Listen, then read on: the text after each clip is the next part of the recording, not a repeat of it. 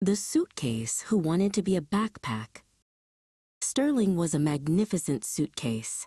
His shell was hard, his wheels were slick, and his brass plaque shone with a proud ONT journey tag.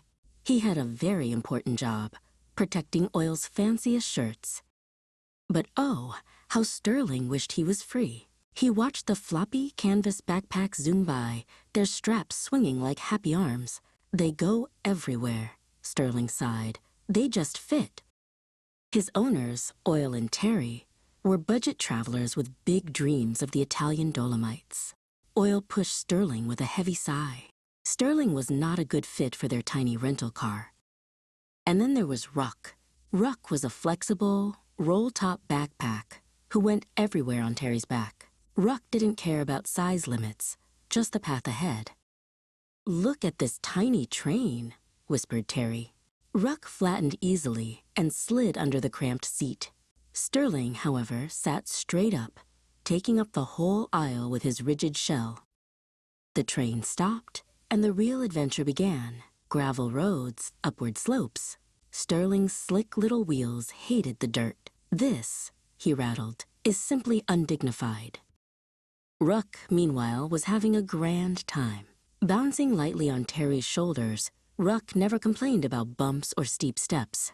He just hugged Terry's back. That night, they checked into the hostel.